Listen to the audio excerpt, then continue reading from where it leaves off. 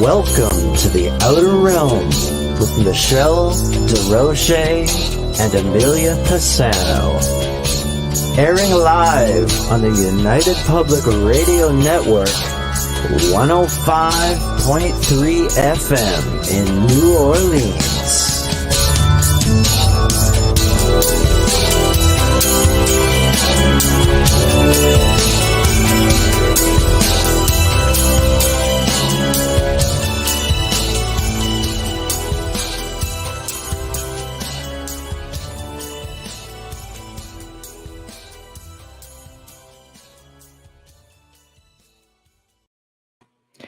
Good evening, everyone. Welcome to the Thursday night segment of The Outer Realm. We are broadcasting live on the United Public Radio Network, UFO Paranormal Radio Network, 105.3 from the Gulf Coast and 107.7 FM from New Orleans.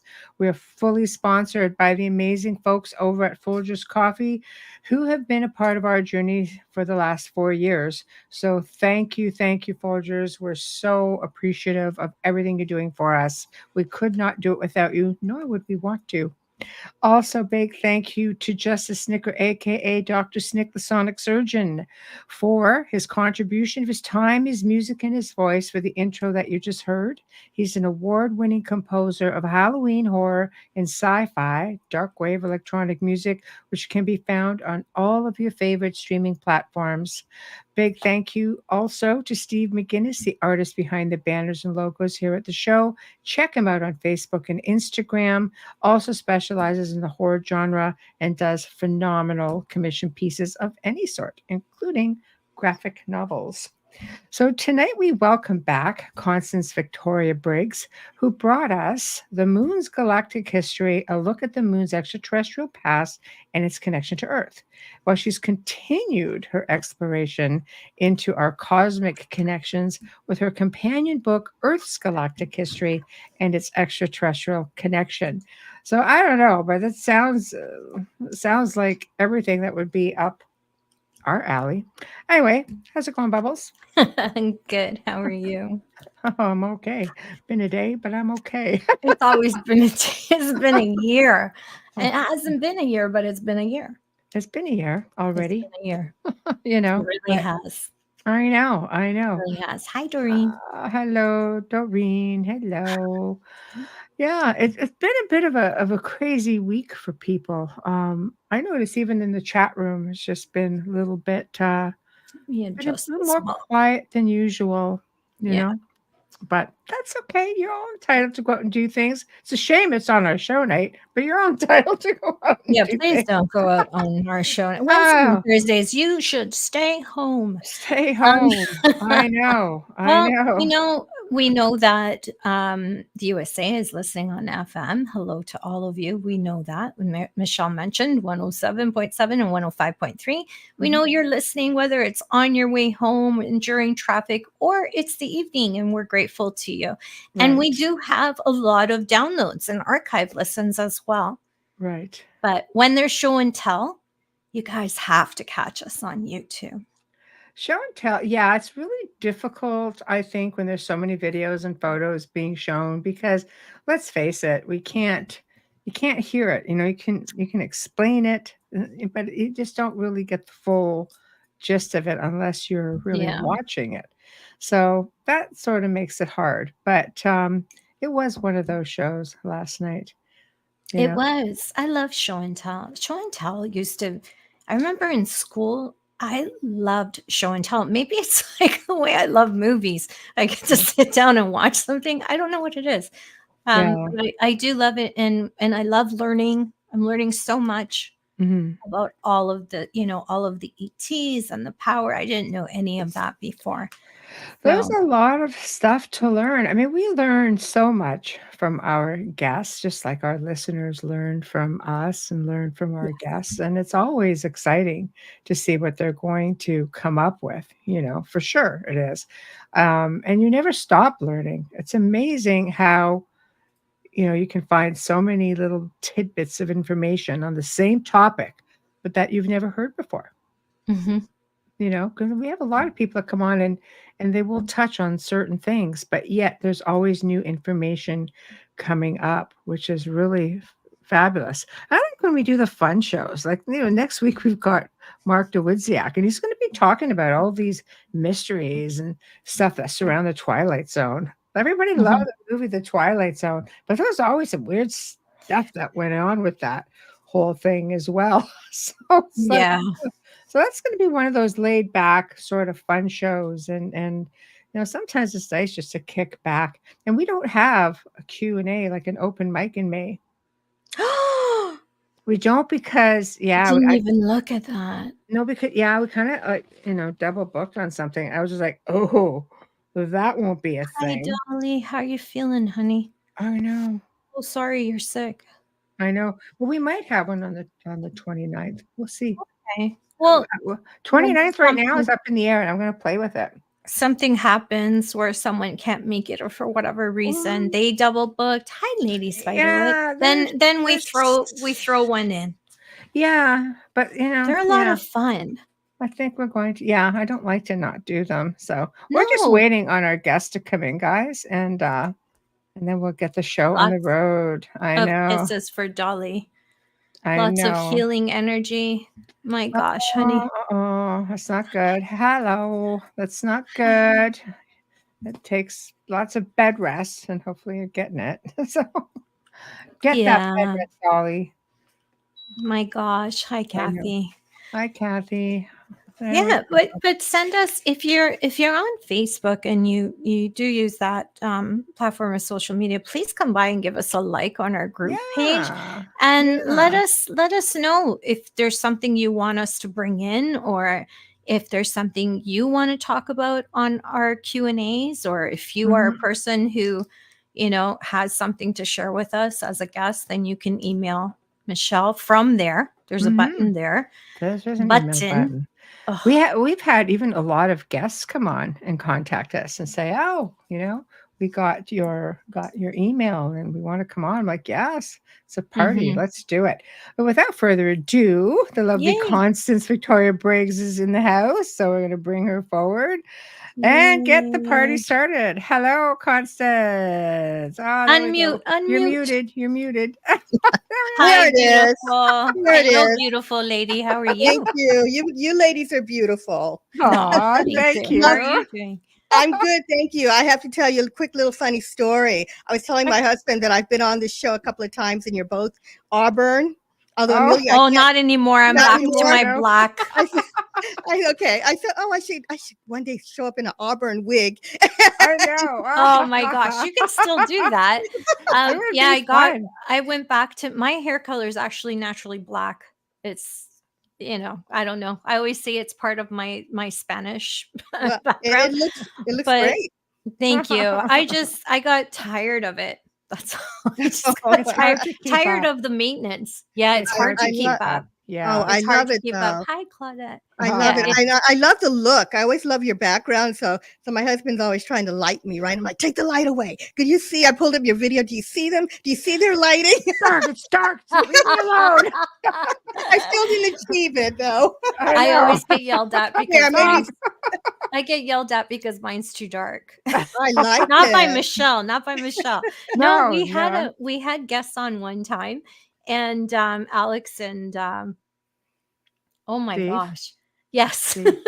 Yes. I had like a little brain tooth there, and I loved his lighting, and Chad Kalick as well. And I'm like, I want to do this. This is so cool. Like it goes. I used to have really bright light. It goes with the theme, and it feels so relaxed because it's late here, and It's almost I like love having it. toothpicks in your eyes. It's just so much light, too much light. We're vampires. Yeah, some of us Yeah. don't Well, do I've got on my little necklace my daughter gave me for my birthday. I call it my little Aw, witch. happy I'm very witchy. I'm birthday. actually very witchy. You wouldn't know. Oh. I love it. all the witch books, and I wear black all the time. And Oh, me too. Oh well, you fit There's right no in. other color. No, Or Sorry? No, there shade. isn't. Shall we shade? I get corrected. It's a shade. It's a not a color. I shade. have all All right. kinds of blacks. I have It's Jack black everything. Black. I have Casino Black. I have Black. No, I love it. My Jack mother was Black. I have Great before Black. before my mother passed away. She's like, "Why is your hair so big? Why are you wearing black, girl?" Oh, Girl. really? You're not the boss of me. Stop it. Yeah. I'm an adult. I know. But you know what? We've been really looking forward to this. I am going to put up this copy of your book because it's an exceptional cover. Like, wow, that's beautiful. Thank you. It Yeah. really is. I like it. There's You so did much. There's so genuine. much in it. Honestly, that makes you think. That's Yeah. what I like about it. It makes you think. I like the pyramid in the background, all lit up. And there's a lot in this cover, and there's a lot of information that I love that you touched on because when you read the whole write up on the book, it's like, oh my God, you touched on so many different things because there's stuff all over the world. And I figure after you did the moon, if you could do the moon where the pickings are really slim, you get lots of information, but it's not like here on planet Earth where you can actually go to some of these places and really have a good look at them. So what made you decide to do a companion book? I was getting questions from people. They loved the moon book and they were quite fascinated, but they were like, hey, what's going on Earth? I'm hearing all this stuff about UFOs and Congress is having hearings about UFOs and what's that about? And then, do you know anything about extraterrestrials? For the ones who are interested. Right. There's not, that's not everybody. And it's certainly not everybody around me. But, Wow. Yes. I'm kind of radical for my neighborhood anyway. But I was literally getting letters and emails from people, with questions. And I thought, maybe I should just write some of this stuff down and, make it a Earth's companion. And then I had the thought that for the people who haven't heard this information, that it's kind of creeping up on them. We're hearing about congressional hearings going on, it kind of crept up on some people and like, what? So anyway, this book takes us to the beginning of human history, as far back as I could go, and kind of takes a journey on with Earth through the ages with UFOs and extraterrestrials until today. I try to touch on every part of the Earth that has been touched by extraterrestrials, which is really surprising for people to hear, when I talk about, besides the air, the water, the inner Earth, and in other places you would not have imagined, jungles, etc. Anyway, so that's why I did it. I wanted to answer people's questions, and I wanted people who were not from, didn't even have questions once they started thinking about it, they'd have something. But I tell you, there is just so much. It couldn't all go in one volume. I'm working on another one. Wow. Nice. Wow. But it's Beautiful. touched on a lot. And I put in a lot of the more popular true accounts that can easily be researched. Some of the stuff in here you haven't heard, but a lot of it, are familiar to those of us who have our hands in it. But even then, I talk about it and people don't know what what it is. There's nothing more satisfying when they're asking for more. Yeah. I got a email the other day. Someone said, "Are you going to do a book on Mars?" Wow. Are you going to do one on the sun? You mentioned the sun having mysteries. You're going to do one on the sun? I'm like, okay, I'm noting that. I don't know. Maybe you could do a chapter. Not that much about the sun, but like the Milky Way. Something. It makes it hard to break it all down because they touched. They've touched everywhere. They still touch everywhere, even far beyond our galaxy.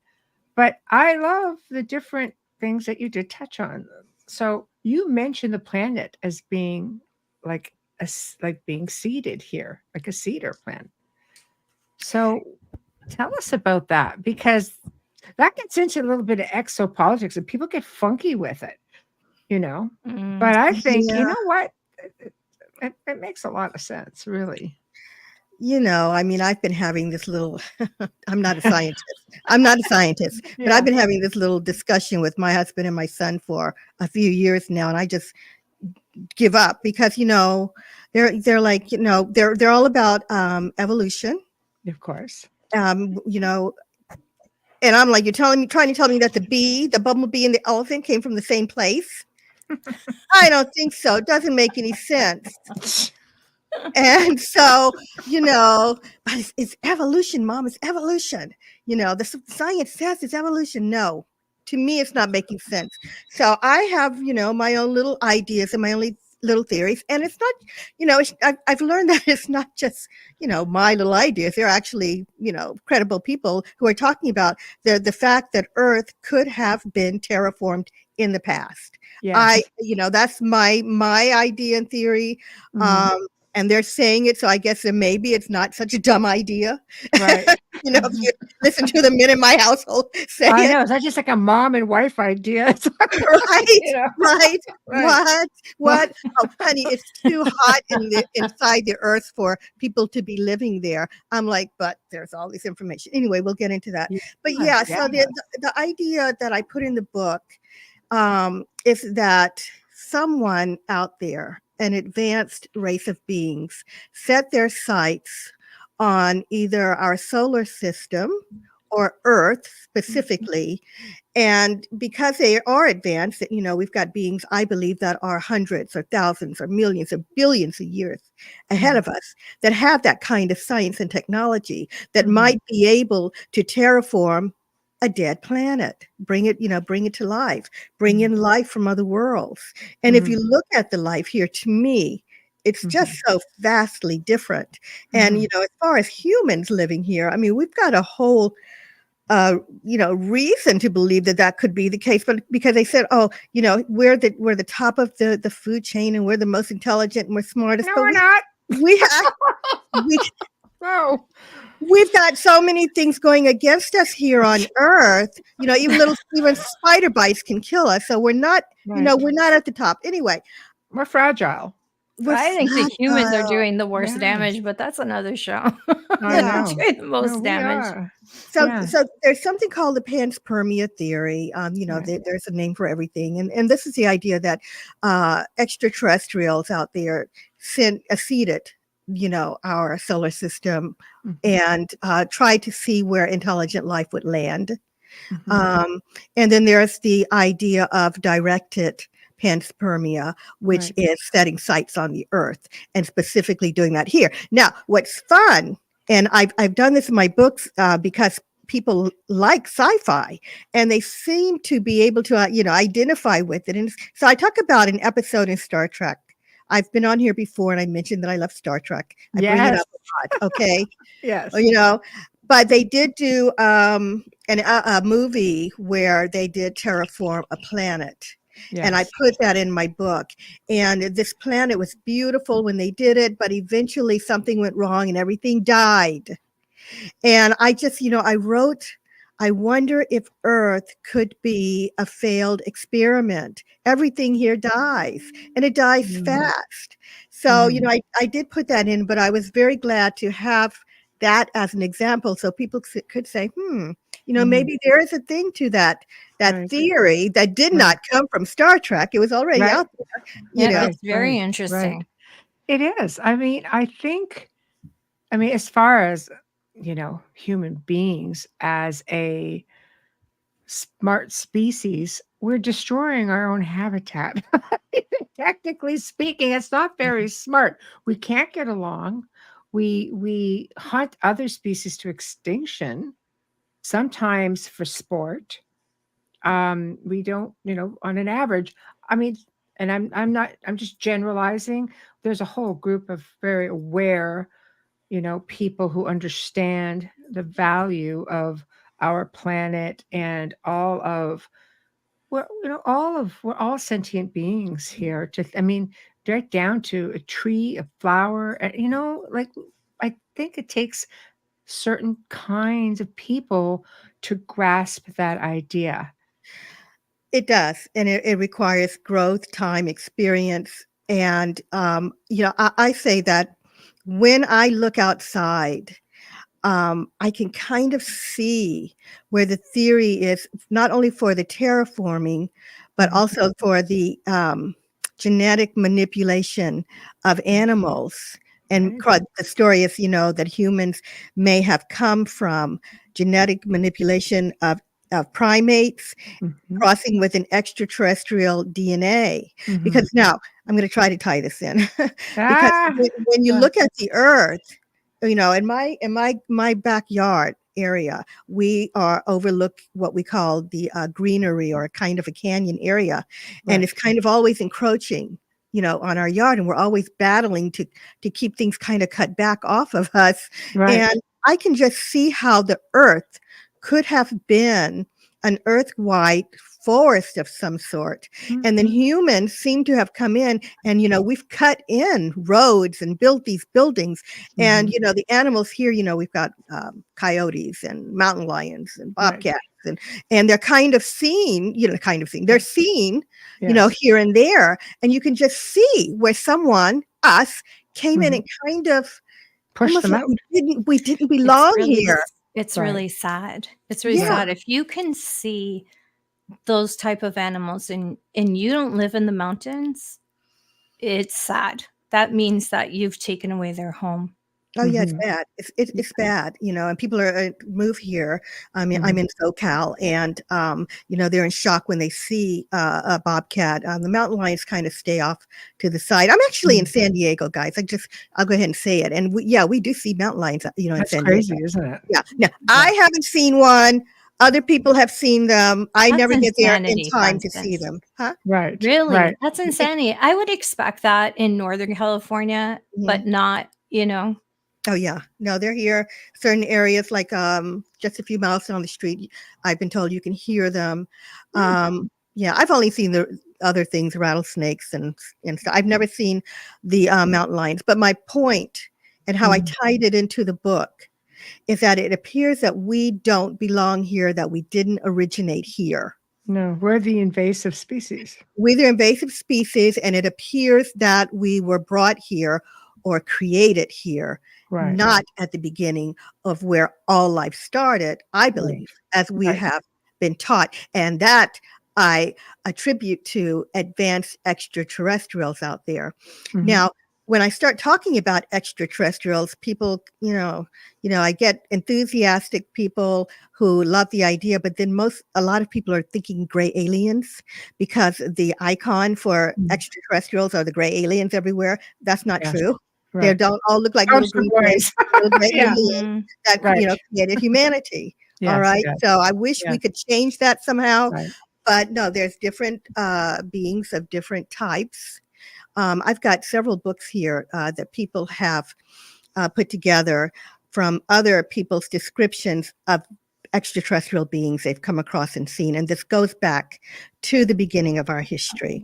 So the book finishes, that chapter on panspermia, talking about terraforming. And, I don't know where you're going to go, Michelle, but you know me, I can keep talking. So go, girl. Let you bring it out. The stage is yours. Go. So chapter 2 kind of picks up where the terraforming leaves off, and it goes into the human origins.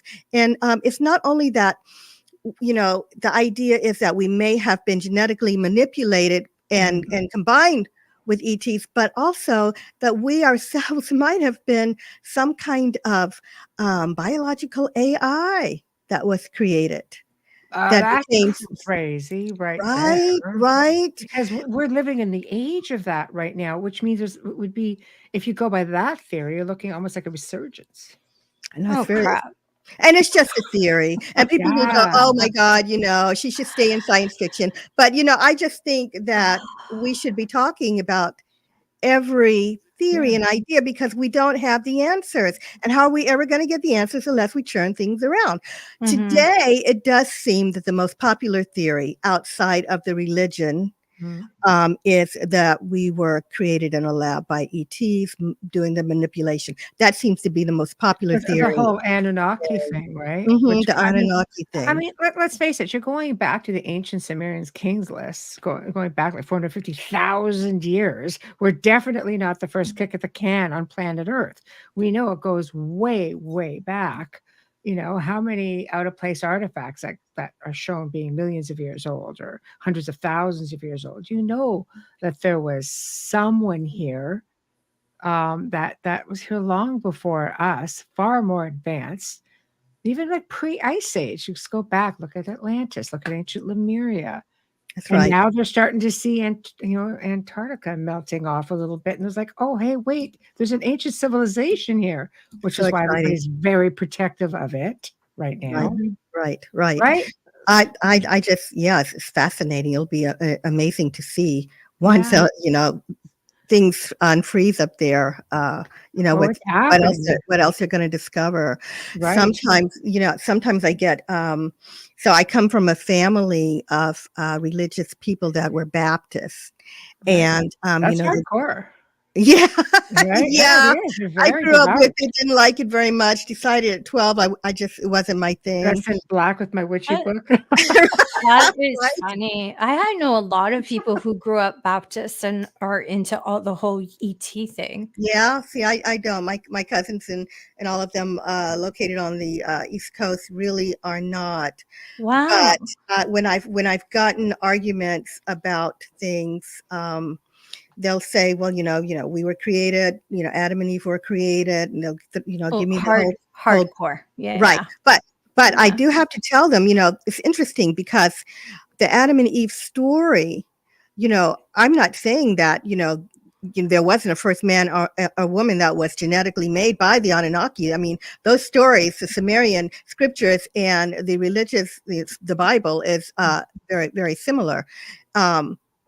Where was it going? So, we're just right, Constance. You fit right in. That's all I'm saying. The story is that Cain killed Abel, right? Right. Yeah. And Cain was kicked out. But before Cain was kicked out, he said, I can't go out there. Why can't you go out there? Basically, was the question, because they will kill me. Those people will kill me. Words to that effect. Who was he talking about? If they were the first, there was someone else out there. If you're going to go by the scriptures, there was someone else there. I thought he was the first exorcism. I don't know. I don't know. I think it depends on what belief background that you're. Yeah. Right. But that's what. So who was it? And then he had to be marked. Okay, they said God marked him so he could go out there and not be killed. That they knew he was protected. So that was very interesting for me. So when I bring that up, people kind of go, So there was someone there. They were advanced beings. If we go back in our ancient past, it looks like the people that we refer to as the gods, or some people just call them simply star people or star beings, lived among us. They walked among us. They interacted with us. They taught us things. I mean, some have referred to them as angels coming in from the sky and teaching us things, but others refer to them as gods. And they interacted. Why they kind of left? They left us on our own. I don't know, of course, but then you have that going back to the Anunnaki, who, for the audience members who don't know the story, that the Anunnaki created humanity to act as a slave race after they came here to mine for gold because their atmosphere of Nibiru was dying. And they brought a race of people with them to do the work, and they rebelled. They didn't want to do it anymore. So they were instructed, the Anunnaki leaders were instructed to create us.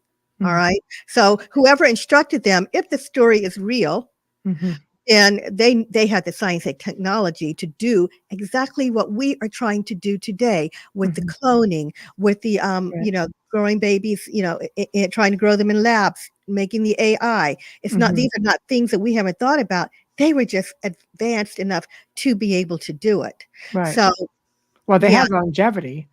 Let's face Yeah. it, you have like ancient kings every 28,000 years, Yep. then another king would take place. But I mean, the guy was there for 28,000 years.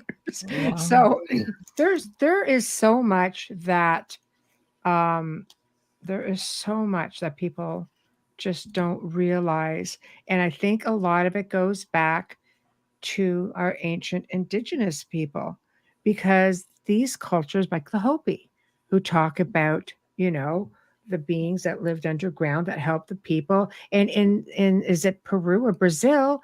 There's the same story with the reptilians, and they've erected a statue of a reptilian. So when disaster came, they brought down all these people down underground for decades or centuries, and they're the reptilians help them survive. And that let's face it, the ancient people and the indigenous and even people of today in one form or another will emulate the things that they respected, that they were in awe of, that they had fear of. Hence all of these structures, hence ancient monuments. You have these stargates, you've got petroglyphs, hieroglyphs, statues, pottery, right? Right. Yeah, Going right. back so far. So that, that's given us an education, if people want to admit it or not. Right. These things exist and they tell a story. Right. And I, in my book, so I go into details of the ancient past, and I go into, like you said, the certain cultures and certain countries that had these interactions from extraterrestrials. That's basically what they were, people from other worlds coming here to help us, support us, maybe, take the resources. I mean, that's another story. Maybe there were others coming for resources, but for whatever reason, they seem to have pulled out. At least they are not living in front of us to the point where we're interacting with them every day, even though I believe that some of them are here and have always been here. But I do think others have come in from other worlds and also from other dimensions. Ah, there we go. That's the word dimension. Stargates, power spots. Isn't it curious how the ancients all knew where to build these amazing henges and these structures that the churches came on to take over?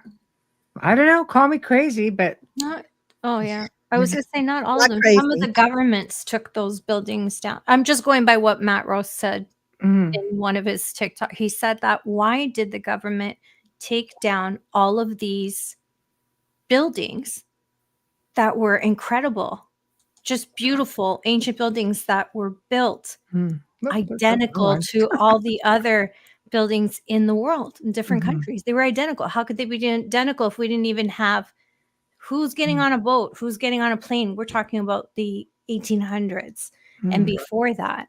So yeah, you have to ask your question. I have a question.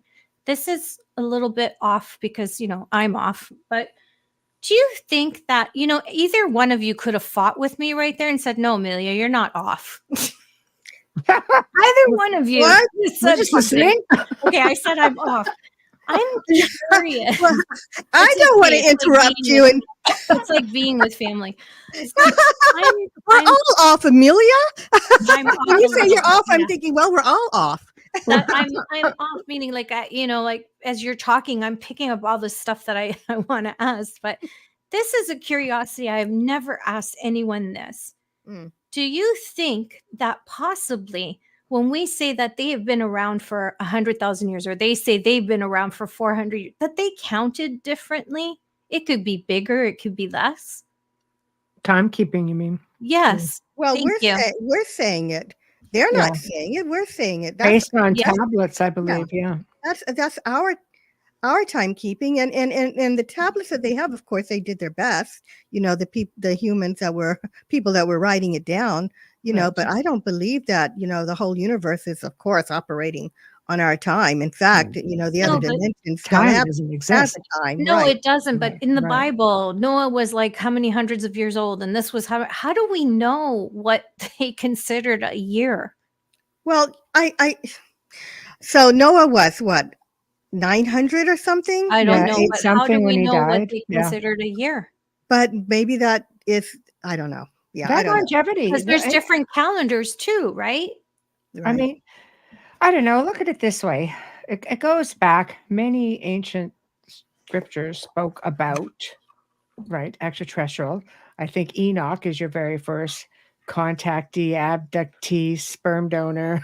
I'll leave it there because there are references. If you read the book of Enoch, this is pretty much what he was doing, right? Yeah. Then we've got Ezekiel's wheel, like there's quite a bit in there, right down to like even really old ancient paintings. Like, do you think Yeah. they've been dropping us hints here and there? I mean, you look into some of the old monuments and the tomb of Seti the First with helicopters and UFOs and grays and Yeah. right. Were they throwing us hints? At the time, I think they were doing both. I think they were Yeah. recording what they saw. I think that they were also writing down their future, their what was happening at their time for future generations. I do think that they had the foresight to do that, to Yeah. leave us information. So that's why we're finding it. But maybe some of the time they were just going about their daily routine and Right. building a building, just like we Right. built, a Right. city hall or Yeah. something, and maybe Right. not, always Well, thinking I'm about, just thinking of Da Vinci, right? Hiding in plain sight. yeah, some people who knew things and weren't saying it, but were saying it, to leave us clues. Yeah, I guess Yeah. that. Because he disappeared for 2 weeks and came Yeah, back even more brilliant than he already was, and that's when all of his extraterrestrial stuff started coming out. right. And, there have been hundreds of people that have disappeared over the years that have never been seen again. And Yes. some, like you just said, that have gone and come back. And then we have people who are the abductees who just, they disappear and come back and said, I went to a ship and I saw this. Not just abductees. When we think of an abductee, of course, that's someone that was taken against their will, but there are people Right. who have had I'm an contact. experiencer. Yeah, I'm an You're an experiencer. experiencer. Some people who had the contact freely got on a Yes. ship and went and took pictures and everything, Yes. and came back. So I think that the going and coming back has been going on for forever. In fact, I think it's in my moon book. When I was talking about, I kind of tied in a little of Earth's history in the moon book, and I talked about a guy who, back in ancient times, saw a ship land, and he was invited to go aboard, and he went. And that was thousands of years ago that Yes. story was told, and Yes. it's been handed down. Right. Right. But That's there's just wow. Sorry. It's no, go still ahead. floating in my head, like Gregorian calendar, the Mayan calendar. I think it's something that just irritates me that I can't get an answer to. Like, I love to know how things are made. I've always been that person. So this is driving me insane. The idea of the time, Timekeeping. Yeah, how, it drives me crazy. I used to always think, even as a kid, how do they know how old he It's just stupid. But anyways, I won't interrupt. I don't know, Amelia. I mean, they did have star beings working with them and giving them information. Who knows what they were told? That's exactly. Yeah, exactly. Who But knows? That's along why I'm the- crazy. we had a lot of information. See, this is the thing. This is this is why people think I'm crazy, because this information hasn't been talked about and it hasn't been taught. I think we had a whole lot of information and scrolls in our ancient past Sure given have. to us by extraterrestrials outside of what we know of religions and the carvings, and the artwork and the Library of Alexandria. Right. Right. So the Library of Alexandria is in my book, and I Right. talk about how the people of the world in our ancient time, as we knew it, everybody who passed through that area were required, from what I hear, to leave, a book or information about their past, where they were from, blah blah blah. Mm. I think there was a lot of information that has been lost or destroyed Oral or history, though. suppressed. Maybe it I was think just that's never another written book. down, right? Because it's a lot of ancient cultures would have oral history that they would verbally pass Oral down, history It's too. broken Right. right? telephone. So Right. how much has I been think lost because they just stopped talking? Because maybe they were, like look at the Mayans. They're just literally annihilated, just disappeared. one year. They were just gone. Invasion, you just stop talking, especially when you're being conquered. You zip up. Mm-hmm. And I bet you a lot of those scrolls are sitting in the Vatican Library. Oh, 53 miles. Yes. You know, it's 53 Kilometers. miles. It's Italy, kilometers. It's a lot more than 53 miles. Really? I just can't get over that. And, you know, I Right. talked about a guy who was allowed into the Vatican, and I can't remember his name. And he was looking for something, but he came across information on UFOs and extraterrestrials. Mm-hmm. Mm-hmm. You know, so Got an extraterrestrial it's there. skull in the Sorry? Vatican. They have an ET skull in the Vatican Oh, okay. as well. All right. Yeah. All right. So I think a lot of information was lost in the destruction of Alexandria. Mhm. And I think that there are extraterrestrials out there that can give us our whole history. If we Mhm. ever make that Mhm. mass contact, I think, and we get to know different species, I think that someone knows our story. But for now, we've got to keep talking like this. Well, because Yeah. we're suppressed. Let's look at the ancient library that was found in Romania. Look at the ancient library of Tibet. Look at the ancient libraries that are popping up. They believe there's one under the Sphinx or under one area of the desert in Egypt, and then there's another one that they found recently. I think we still have hope because there are these places that were, I mean, if you think about the Dead Sea Scrolls, they were hidden away. How many other places are untouched and hidden away? Right. What does Antarctica have? That's what I want to know. Oh, Because we all want to know. they are Yeah. really hovering around that place, and they know that there was an ancient culture there for sure. They found fresh water and buildings and stuff all underneath the ice.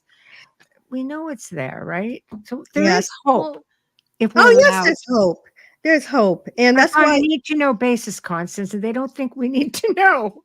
Right. I like Lady Spiderwitch. She wrote sundials. Maybe they went by 10 sundials ago and 10 full sundials or 12 full sundials. And then somewhere along the line, maybe it changed to days. Who knows? But it's something that I'm definitely going to look into because it's driving me crazy. And it might be your next book, Miss Briggs. no, it's your next book. It's your No, book, I don't Amelia. write. It's your idea. I can barely speak. You can take it. I write much better than I speak too. So I get names and everything. But yeah, no. I mean, I do say in the book that we have to keep talking, and that one day, you know, we will have all of the answers, but we have to start somewhere. For those of us who don't feel like we're interrupting our lives by taking in new knowledge, you know, by churning this stuff around in our thoughts, you know, because there's a lot of people who don't want to look at it. They don't want to face it, you know. Right. A lot of Right. ostriches around. Right. With I should anything, put a comment. any kind of fear of knowledge of any type. It's head in the sand. But it's okay. They have to do what works for them. Maybe they need to come back and learn it. Who knows? It's their path. Yes, but I do get people who say, "Oh, Constance, you know, you really have a passion for this stuff. I think that's great that you have a passion," as if We need wine. We need wine. huge ships in the sky and congressional meetings is all in my mind, and I'm writing about this as if it doesn't affect them. Right. That's just kills me. Right. Until they see something, you know. Oh my God. You kill me. When you make mention of signs and hints of that they're trying to communicate with us, what are we missing? What are they? So I think that as I said, from the very beginning, they have been communicating, and then they pulled away. Since that time, they have been leaving us hints of things, but sometimes there has been open communication, which I feel is very, very confusing. Why is that? Why are we getting some what I call symbols, sign signals, messages and clues is one of my chapters, right? Where we have to put things together and try to help me keep this thought, because I want to also if communication that we understand. So I'm going to talk about the ones that we don't. So when Yeah. I talk about No. extraterrestrials, there are extraterrestrials, I think, from different worlds coming in, and of course they're communicating in different ways. Some of them come close, but they can't land because they're not equipped to live in our atmosphere. All right? Mhm. So they may be trying to give us clues from a ship. And others, do come in, and then they're able to send messages in other ways, such as, I don't know, channeling and sometimes making a contact with an individual. We have a lot of contactees out of the 50s and the 60s that wrote books and stuff that came across, ETs that could communicate via telepathy, or ETs that somehow could speak. All right. Well, that's pre the age of this, where we were more aware, right? And Oh, listening, yes. right? I know. Yeah. So anyway, some interesting things that has come about, and this is a very famous story. There was, I think it was the 50s, an interrupted broadcast out of the UK. Do you know this one? Brillion, Vrillion, one of Yeah. my favorite stories, because we did not have the technology for that to have been a hoax. So this ET interrupted a broadcast in the UK and said that he was from, a federation. I believe it was the Ashtar Command that he named, and he was giving us a warning to knock it off, with the weapons, and how we were destroying the world, and how we needed to turn around, or we were going to have dire consequences. Right. All right. So that was a message that we got that people laughed at, scoffed at, and ignored to this day. And you can still find the recording. And if you look at some of the articles written about it, they let you know there's no way we could have done that, interrupted a broadcast during that period in time. We didn't have the technology for it. Yeah. So that was the one that was very interesting, that came straight to our face pretty much and said, you need to change or bad things are going to happen. Right. So then we also have the very famous crop circles, and I use this one a lot because everyone knows what they are, but we can no longer call them crop circles. They are crop formations now because they are in all kinds of designs. And I believe that these are created from someone in Earth's vicinity in a ship somewhere, not someone who had, face-to-face contact and said, come get on our ride and our ship and go right around. These guys, whoever they are, maybe they cannot land, but they have been known, people have recorded these balls of light over grain fields, making these crop formations. Yeah. They're Now, fabulous. aren't they beautiful? And They are. They're fabulous. And they're the size of several football fields. Like, they're huge, and they pop up overnight. And it's not just wheat; it's all kinds of different grain fields. And it's been like over 50 years that we've been recording them. So when people say, "Oh, it's a hoax," we don't really think people are getting on planes and flying around the world, because it's been like, many countries they've appeared in. Not just people have seen these balls of light going over them, and while creating, right. There have been people have witnessed lights creating these things. Yes, and right. If you're not there, wow. Yeah. But they decipher it. They decoded at least 2 that I know. I'm sure there's others, but I've got only 2. Wasn't one a response to a message that we sent out into space? And 2 years later was this rectangle crop circle message? Right. It was it's called the Arecibo signal. Okay. Out of Puerto Rico from an observatory. Maybe the observatory was called Arecibo, but it's the Arecibo, Arecibo. You can Google that. Right. And so we send out into space a signal saying what our population was, what our human bodies are made up of, and all of the, our DNA strand and all the stuff. And then they thought that it would be a lot of years. I don't know how many years now, but it came back pretty quickly. But it was answered in a crop formation, and it was Yeah, two pieces to the formation. Anyway, they answered us. They told us how what their makeup is, how many people lived on their planet, and all of the information we gave them, they reversed it and told us about themselves. Science would not accept it because it was not given back to us the way that it came, and it came too quickly. And if they did accept it, then they're not publicly acknowledging it. But what did happen is people did go in there. You've got these independent people who will go in and measure it and document it and take pictures, but no one you're going to see on the mainstream news, No. which is really aggravating. So, we have documentation about it. Also, there was another one that I thought when I first glanced it, I thought, oh, someone had created it online. But after doing when I did the research, I was just so surprised that, I was wrong. I thought it was a hoax until I got into it. So this one, is the formation, the crop is two pieces. One of them looks like what we call an alien head. It looks like an alien. Some likened it to the gray alien. I kind of thought it looked slightly different, but anyway, it's a big head where it's looking at us. And then the second piece is a disc, like a CD, and next to him. And anyway, it had like codes, what looked like codes within the CD. Right. It was deciphered. I know that one. Yeah. Yes, my favorite thing. It's wild. Yeah. Yeah. So, gosh, I wish I had this. Let me see if I have this in front of me. So it gave us a warning, and give me a sec. Oh yeah, no worries, no worries.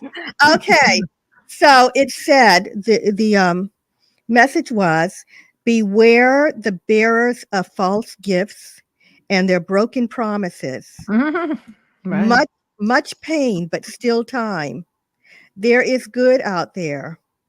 We oppose deception. Now, you can Google this and look it up yourself. It's the Crabwood Crop Circle, August 15th, 2002. They did a documentary on it. Right. 22. Wow. Yeah, it's fascinating. That's a long time ago.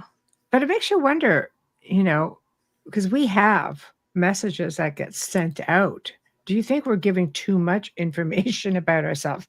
Stephen Hawking warned against it, a lot of brilliant minds have, fearing they, keep saying, remember the Mayans, the Spanish, like, wait a minute.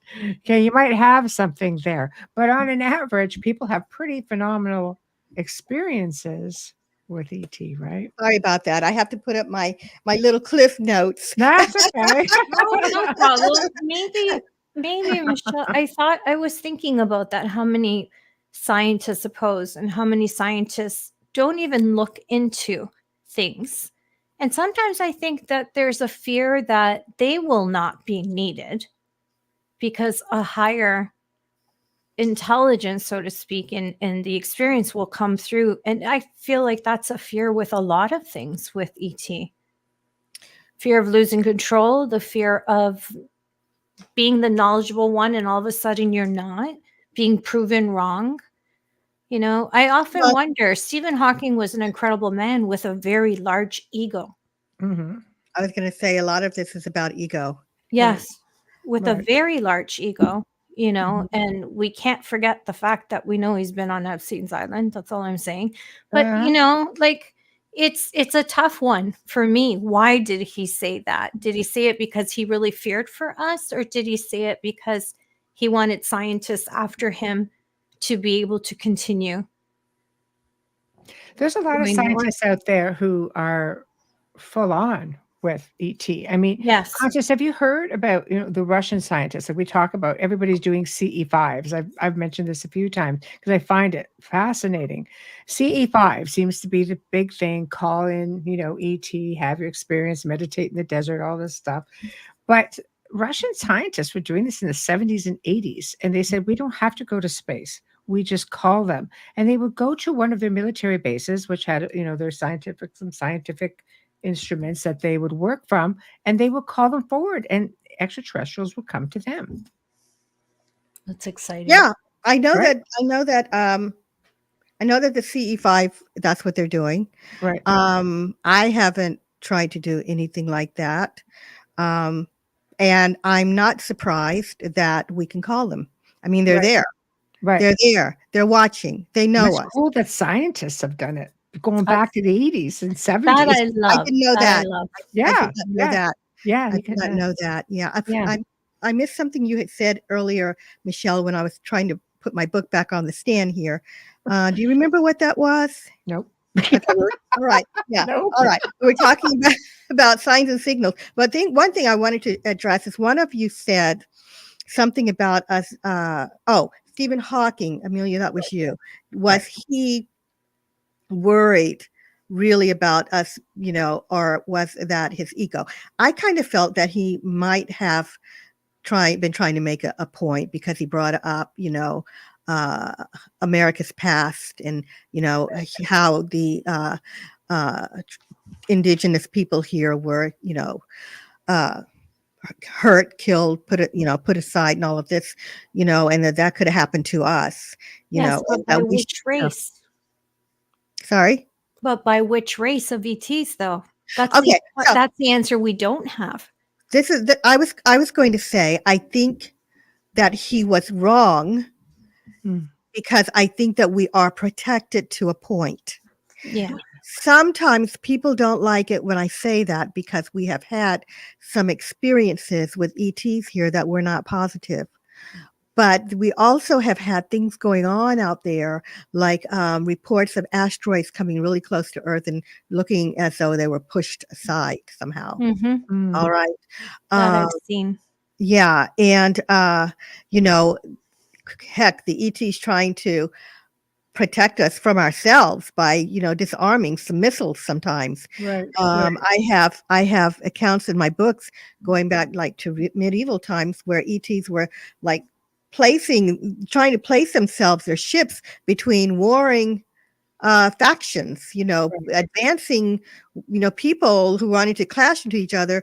Literally, they would place some object in front of them and scare them to death, and they'd, disband. So I know that they're watching, and there are reports of them fighting in the sky. Someone, Yeah. There's paintings of that. Yeah, I believe paintings. that.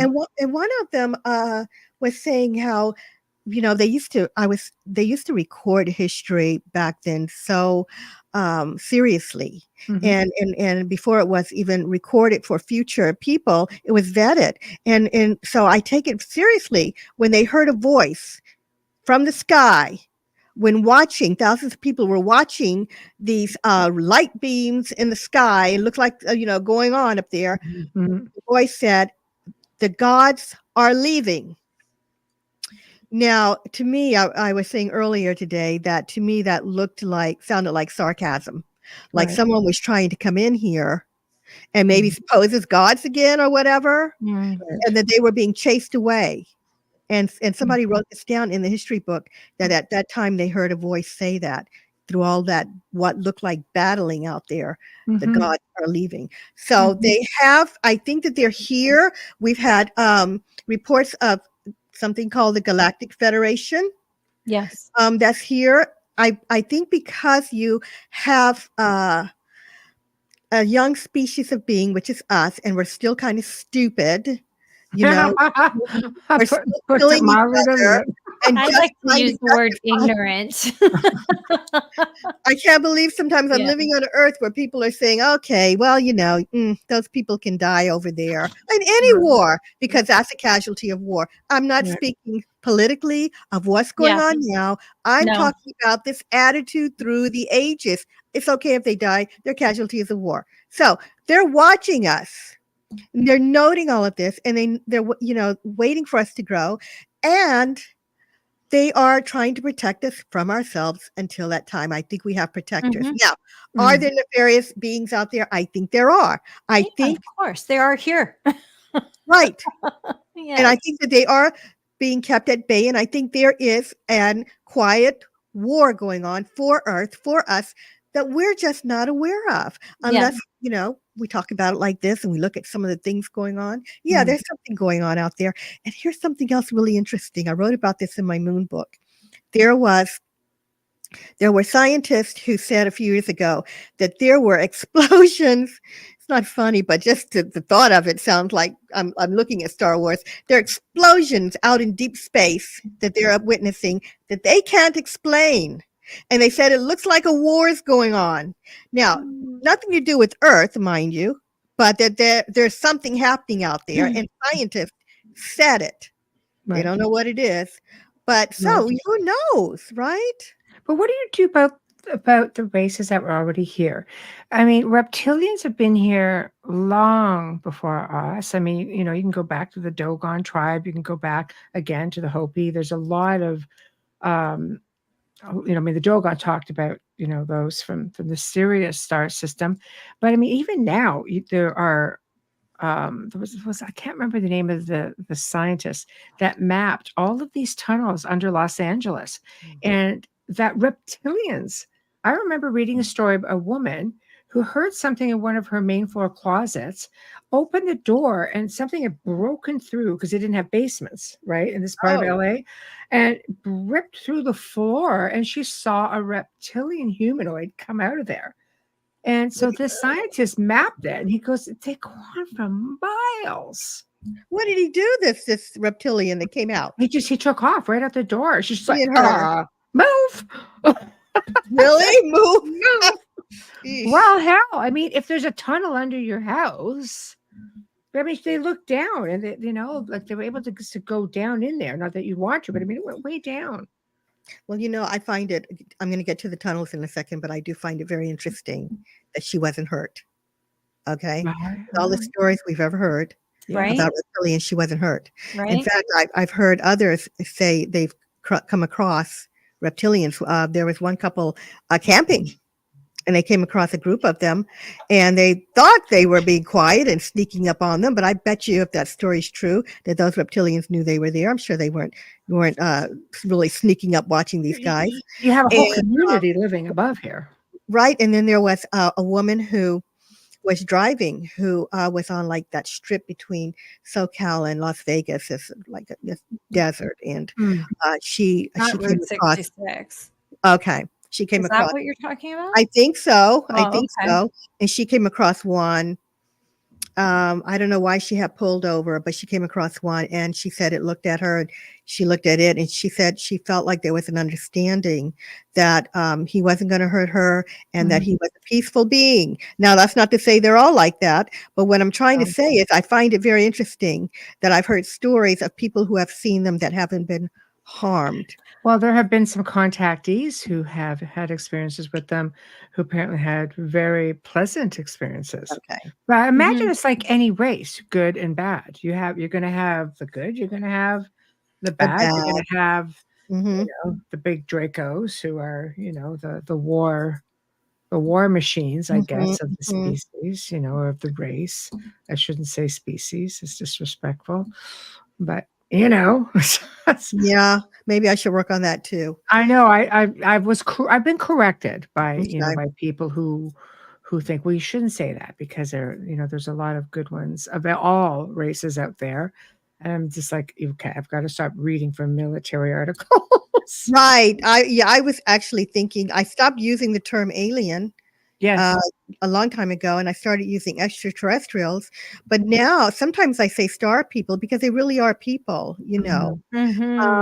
but as far as the tunnels go, all right, so we know about the ones under LA, but apparently there are tunnels all over Earth. Huge cavities, huge caverns, and inside of them, strange beings have been seen, and reptilians are number one on the list. I don't know why they stay down there. I don't know why we don't see more of them. There must be some kind of prime directive in place for them. Well, have you heard of the one in Malta where a school teacher and an entire class, there's a big cavern there, a cavern system, and they went in a little too far? It's closed down now. It's in my book. Never to be seen again. Is that okay? They all disappeared, never seen again. Did they just I have It one was? child disappeared, and I didn't have all. Oh, anything I've read, it was a school teacher and a class. Okay, all right. But I I could mean, I also don't be know, the I might be buried remembering article. it wrong. Right, yeah, Do a no, film on there's that. I have I'm sure there's many different, there's many different views on it, or right, different, right. No, it's closed. You can't go in there. no, No, no. didn't they do a film or something on that? Because I remember hearing what you just said, Michelle, Mm. a teacher and an entire class. I Mm, thought they And did they a just film couldn't, on yeah, it. they just wouldn't go search for them, or they could only go so far and went. Yes. So if That they don't do a search, then what does that tell you? Is it fear-based or oh, no, they're being cautious, and they know. We don't live yeah, in Malta. We're not gonna get Malta's evening news, no, right? right. Right? but they made a film out of that. I watched it. See, that's just Yeah. like there are things there. Ancient people, and I'm gonna bend our minds a little bit, so indulge me. Ancient people lived, you go look through all over the world, but let's go with Europe because so many people lived underground and in entire levels underground, like entire cities where humans would live. And they said, well, humans just carved this out. Do you know how long it would take for some of these specific systems that you can just Google is look up different tunnel systems where ancient civilizations lived? Right, Do you right, think that they were already there? That right. it wasn't these ancient cultures that did it. They just took them over? They took them over. They were there. Someone created them. I 100% agree, and I actually love those stories, and I would love to go and visit some of them, Oh to yeah. be frank. But Yeah. they are fascinating to look at, some of those underground cities where Mhm. people lived, Yeah, and people who have houses go in and find a door in their basement that leads to miles of tunnels. I'd move. No, I love tunnels. But I do too. knowing You wouldn't move. I You would go do, through but the knowing what I tunnel with know your now. phone and a camera and a flashlight. Yeah, You but have knowing no what we fear. know, I know. It's You true. would I'm a go bit of a right meathead like that. through. I'd probably want to go explore. But knowing what we know right now and what we're talking about, Mm, what would be waiting at the other end? You just go deeper and deeper and deeper. mhm. So, yeah, no, I see what you're saying, and I believe that we have underground cities there, and I think there's more than one type of being down there, and, it's big. Now, what's interesting is scientists have found water, and Mhm. they said that there's more water under the surface, than there are oceans and seas on Earth, and, of course, where there's water, there's life, right? Right. And Right. greenery and trees. Greenery, All that. trees, Entire mountains, ecosystems. valleys, Yes. entire ecosystems. Yeah. And there have been some people who have stumbled upon cities down there, and then they have returned to tell about them. Not very many. There's a couple in my book. Of course, we all know about Admiral Byrd, Yes. who Yeah. came across, who was taken into a city of, I refer to these guys as intraterrestrials, although we don't know where all of the beings are people, star Mhm. people, I don't know what we want to call them now, Michelle. We Yeah. won't call them Sky people? right Yeah. species anymore. But yeah, we don't know that they're all the same or where they all came from. Now, the people that Admiral Byrd met said they had been down there for so long, and that they had grown alongside us up here. They were growing down there, but we were interrupted on the surface by cataclysms and had to start over, whereas Mhm. they didn't. So they are ahead of us Right. by way of technology, and some of the ships that we see may be coming from them. Right. There's Right. another story that I have in my book of a man who was taken upon a UFO, and he was taken into the ocean and then into a cavern that opened under the water. And then once he got in there, he was taken down further into the caverns, and there was a city. All right. And then he returned with the UFO. They did run an examination on him, Mhm. and then he was returned here. That's Mm. another account and there's even another man who was a friend of the guy who started the Shaver Mysteries. The Shaver Mysteries were books that came out of the 1950s by a man who said that he visited inner Earth. And the guy, so he came back and he started writing books about like inner Earth. And but anyway, he had a friend who wanted to find where he went. And so he and other friends went, and eventually they found their way down into these inner Earth. And it took a long time and it was hard to do. They did find it. They said that the beings that they ran into said that their ancestors were went back as far as the Great Flood, or a great flood on Earth, and they went down there. And then when they got down there thousands of years ago, there was already technology there, but it had been abandoned. I swear, that's what he said. And Wow. it's, you know, so interesting. Now he's talking about way back when, and even further back when they said they found stuff down there and it had been abandoned. Now, here's another thing. Extraterrestrials. Would extraterrestrials from other worlds come to Earth and live inside the Earth? Because apparently it is huge down there, right? Yeah, reptilians. I mean, were they always here, or where did they come from?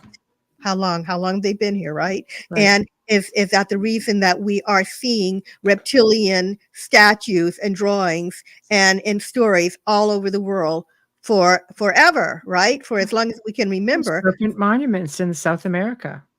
Yeah, but again, why don't they come up more? That's the mystery. If they're there, you know, and are there some traveling back and forth? And is there a prime directive to keep them in check? Because I said it looked like the extraterrestrials had retreated somehow and are not allowed to openly show themselves to the masses of people just yet. But I was going to say, are there extraterrestrials that have come to Earth besides the reptilians that live inside of the Earth or lived inside of the Earth? I would say absolutely. So what's interesting is that when you look at the moon has structures on there.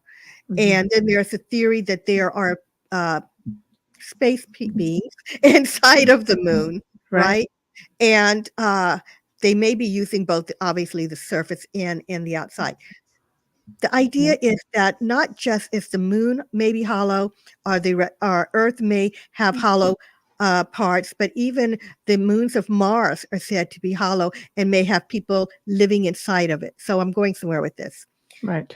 It has been said that maybe, you know, we are living inside out on the planet, because it would be smarter to actually live inside so that we wouldn't die from worldwide cataclysms, all right? Or being hit by meteors, or, you know, in our case, I think we're protected. Like the dinosaurs. So there may be a lot of people under the surface of Earth, is my point.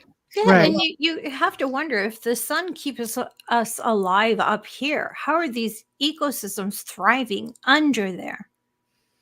So there is apparently an energy source, and it could have been, you know, brought in by advanced beings. Somebody said there's a big crystal, a power crystal, and that makes sense. I believe there is a crystal. Yeah, that makes total sense. Right. Yeah. It's in the yeah. What about underwater, Constance? Oh my God! So I know. Yeah, UFOs, underwater cities. Again, the Russians. There's a lake in Russia that is said to be the deepest lake on the planet, and Russian military was doing an exercise at one time, going back into, again, I think it was the 80s, and they came across aquatic beings that were humanoid, and I think some of the soldiers were killed. Yeah, I think they got aggressive, and so that's just a lake. Can you imagine the oceans? Right. The oceans. Right. Take it away, Constance. Oh. I thought you were taking it away. Okay. Just sharing one little story, just to segue you in. And it is one of my favorite stories. And I wanted to say that this the Galactic History book started with chapter 4, The Oceans, Earth's Final Frontier. That was the first chapter because it was my favorite. No. All right. And what inspired that was a story that I came across about a woman who she put this out on social media. She put it out on Reddit, actually. And she did put her name and she put where she worked and everything. And I did look her up, but I didn't get a message back, and I won't say her name. But she basically was saying that she worked for an agency that worked with it was an oceanic kind of agency, and they worked with aquatic animals and stuff. And so they were sent, she and a team were sent to look at beached whales.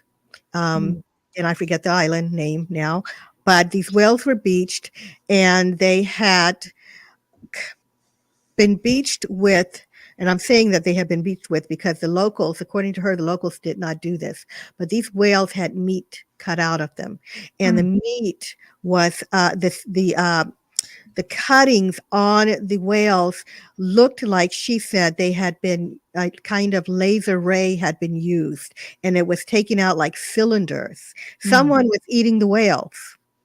All right. Someone was eating meat from the whales, and they had weaponry or some kind of gadget to be able to extract the meat very conveniently, efficiently. So, alarmed, the team called in experts to search the ocean in that area. And they observed that area for about a week, and they found humanoid beings in the waters. Now, these were not mermaids and mermen. Right. These were humanoid, described as very tall, very thin. They moved differently. They didn't swim like aquatic beings. They didn't swim like us, but they moved efficiently through the water and quickly. And their outfits looked like liquid mercury moving. The suit that they were in. And they fired, like they had sent a submersible down there. That's how they were seeing all of this, and with a camera. And they couldn't, of course, even our submersibles can only go but so far. But these beings fired on the submersible. And she said they were all identical. And she said that they had located habitats and vehicles. Now, Vehicles. And she thought that the world should know. But, I don't think that she was supposed to tell it, maybe. And so that's the story. And we can't believe everything we read out there, right? Oh gosh, no, we can't. Right? But it was such Social media is proof of that. Story. It was just had me enthralled. But I put it in, and I did, give that, I did say, this is where it came from, and I don't really do research like that, blah, blah, blah. But it was so similar to the story that Michelle just told. Michelle, that story is in my book. Wow. And so I thought I could tie that in together because of the description of the beings. All right. These beings that the Russian Navy came across somehow fired on them, or they were knocked out of the water. So basically they went in on a training. They were training, found these beings, came out, said, we found some strange beings down there, sent back in to try to capture them. They tried, and two of them died in the process. Yes. And then I think the others are still, in. Well, it's hostile yet primitive in a way. There was an article I just read recently where somebody went down in a submersible. I don't know. I can't remember what they were looking at because it just caught my eye briefly, and it just came to mind now. But he went down, and he could see down through part of a crevasse in the ocean. He said he seemed to go down a level from where the water or the ground was, and went down a little bit more, and could see down through a crevasse a light and what looked like a dome over like city lights. Cool. Isn't that amazing? Don't you just love it? I do love it. And I mean, I don't know how much merit you can put into it, but Mm. it really was fascinating to read because he goes like, he knew he couldn't go any further. There's just no way we can go down that far. Mhm, mhm. Well, Well, someone can. Yeah. I find it amusing that they think Mariana's Trench is the deepest part of the ocean. How would they know that? Mm-hmm. How would they know that there isn't somewhere deeper? I don't get it. How do you know? Mm-hmm. Yeah. I laugh know. when I see that Mariana's Trench is the deepest, part of the ocean. I'm like, Yeah, you I'm have trying no to. clue. There could be caves. There could be Many- anything that leads to so much more. There is, because many oceans are contactees crazy. talk about being brought underwater and they come Yeah. out in bases somewhere. Bases Yeah. and around Mhm. the earth in the deep waters and even the deep seas. Yeah. UFOs. Well, once they submerge, they're USOs. UFOs, yeah. And and Russia, by the way, speaking of Russia, Right. they declassified a lot of their UFO information. did? 50% of it was USOs. They've Mhm. seen a lot of USOs over there, to the point where I have one story in there where extraterrestrials were in a ship and they were coming down from the ship and going, out of the ship, not in the ship, and going into the Yes. ocean. And there were people standing on the side watching them, come and go many, many years ago. Yeah. So they are said to be around the earth. Now, why would they be in the oceans of all places, right? Because Why? the idea is that they're trying to avoid humanity because we Sure. are warring. Boring. We can be horrific. We're nasty. All we're We're going to do is mean. see something we Yeah. don't like or don't understand it and fire. People fire on each other, Mhm. right? And they scare easy when it comes to things that are not familiar and unknown, which is why I think there should be some sort of education when it comes to the idea of extraterrestrials and what could be out there and Mhm. what we could encounter someday. And more people seem to be encountering strange beings, because I'm seeing beings because there's that word again. because I'm Beans seeing is okay. Yeah. beings is okay. Yeah. All right. Beans All right. I've just been corrected on it, man. I'm just practicing what being politically correct. That's all. Yeah, but we do need to, I think, tell people, because Right. what happens is they don't believe it. A lot of people don't believe it until they see it. I had one guy many years ago that I went to school with, to high school, that I hadn't talked to in ages. He was a art director at CNN. And he found out from the internet that I was into this, and he contacted me and said, I was in, visiting a girlfriend, staying over at my girlfriend's, and I was coming out at 2 a.m. in the morning, and going to my car, and there was something hovering over a house, and he beat it back into the door. He's banging on the door, Mhm. she opens it, and then other people are coming out of their houses by then, I guess, had made the racket. Somebody called the authorities, and they said, oh, it's a weather balloon. And he says, What? Are we but still it working with that old wasn't. story? Yeah, I think But that it answer is wasn't. just like on a button on the computer. No.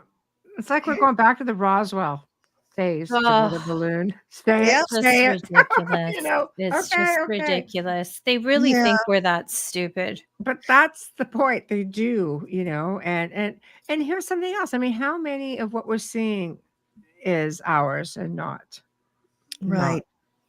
ET? Yeah. I have no idea. Yeah. There's I who would, because they don't tell us anything, right? But Right, there's a rumor that we've had high tech for years that can fly. What was his name? It was a gentleman. Can never remember his name when I'm on a show for some reason, but he worked for Lockheed, and he said we had Star Trek technology, Mhm. for Mhm. a long time. We've been there and done that, but it's not made privy. We're not privy No, of to course that not. information, but it's not all us, because Mhm. these UFOs go back for thousands of years, and we've got pictures even in cave drawings. There's one that I believe this was in Greece, somewhere in a cave, that someone found this disc-shaped ship with two what looked like gray aliens coming out of it, with a instrument and with cattle running in front of the ship. Right. So, I mean, for anybody who thinks that all the UFOs out there could be ours, maybe it's not, because we've just got too much history with it. But some of them maybe are high tech, that for defense purposes, they're not letting us know. Or if there is, with the SSP, which I don't know a lot about, keep hearing about it, but, maybe they've got something going on there, but it's not all us. Right. We're going to hold for one moment, and we're going to do our station and sponsor ID. Absolutely. I get there. Thank you. And then I have something I have to say, or I'm going to forget. Yes, and I'm sorry. The banner just cuts around the bottom of your face, so I haven't been rolling it. Let me see if I can fix it. Hold on. Yeah, no, that's okay. No, I'll it's just have not the you. website It's our there. screen. I do It's it our this screen. way. Yeah, That's the most important part right there. So absolutely. Okay. Absolutely. All right. You are listening to The Outer Realm with Michelle Desrochers and Amelia Pisano. We are coming to you live from the beautiful city of New Orleans on 107.7 FM, as well as the Gulf Coast on 105.3 FM. We are live on the Roku channel right now, and our archives are there as well. Our special returning guest and friend tonight is Constance Victoria Briggs. Earth's Galactic History and Extraterrestrial Connections is what we're discussing tonight, her latest book. And I'm sure there'll be another one, because there's even more questions now. I love this whole thing. If you're just tuning in, don't worry about that, because you can stream our archives on any platform you normally use. Search United Public Radio and then The Outer Realm to find us. Remember to click like and subscribe, and add us to your playlist so you never miss an episode. Kindly share us with your friends and family. We are growing. We are almost 3 million millions strong live, right, Michelle? Every show. And who do we have to thank for that? Well, there's a few people, but we're going to start with Folgers Coffee. Thank you for your continued support in sponsoring our show. We absolutely adore you. It's 4 years. Wow. Thank you. Yes. Our fabulous banner and promo media is courtesy of Steve McGinnis, horror illustrator, incredible artist. Steve creates commission pieces as well, and he can be found on Facebook. Thank you, Steve. Our intro and outro, and this is the word I love saying the most, it's courtesy of Dr. Snick, the sonic surgeon, aka Justin Snicker, award-winning composer, vocalist, and musician. You can find his music on Amazon and Bandcamp. Stream them on any platform, as well as when you're doing your Facebook and Instagram stories. You can find Dr. Snick on Facebook and Instagram as well. And he's constantly dropping little clips, and really, I love his videos and pieces of his music. He's fantastic. Thank you, Justin. If you're watching us right now on YouTube, please don't forget to hit like and subscribe. It doesn't cost you anything, and you'll never miss a show if you hit the notifications. If you're watching us on a Facebook page, please click like. And if you're on Facebook and you haven't yet, please come by the Outer Realm Facebook group page and hit like, and let us know what you'd like to see and what guests or what conversations you'd like to have. We look forward to your contributions. We love the chat. Thank you so much for all being here. And again, a reminder, if you're watching us right now on YouTube, hit like. Right there. Right there. So I just wanted to say really quickly, because I saw this when I was doing some research earlier. The behavioral panel, if anybody's ever watched them, and they're going to be on TV right now, is a group of 4 men who are the top behavior analysts of the United States. Former Navy SEALs, like we're talking, they worked with CIA and above. They just put out a video, and I haven't watched it yet, analyzing the moon landing the interview with the astronauts. So I thought, since we're talking about, and I see in the in the chat room, it's always a conversation of, did we land, didn't we land, didn't we land? Let's just be kind and respectful to each other. Right. But if you're curious to see what they found, you can find them on Facebook. It's the Behavior Panel. They are phenomenal. I have a lot of their books, and I study, and I want to take their course, but they do a lot of what I do when I'm working. So I learned so much from them, but this shocked me, because normally they are analyzing serial killers and things like This is that. outside the norm for them. This is very outside the norm for, I was really surprised to see that little moon landing. Was it real? I'm like, what? Ah, That was weird, because that's always going to be the big magical question, I right? think. And But they're I'm gonna have interested to people on both see. sides and I mean, yeah, see, we didn't land on the end, moon, right, Kathy. right. Yeah. And then there's people who believe we really did, and we were kicked off. Right. But right. I don't know if they're the ones who landed on the moon, but I do believe someone might have. So Well, there's all anyways, kinds of I'm something looking up there, forward for to that. sure. I thought, Constance, you might like that. Take a look at that. Did Okay. you see it, Kathy? Right. Cool. Yeah. As a Star Trek fan, you must have heard the story about Gene Roddenberry meeting with the Council of Nine.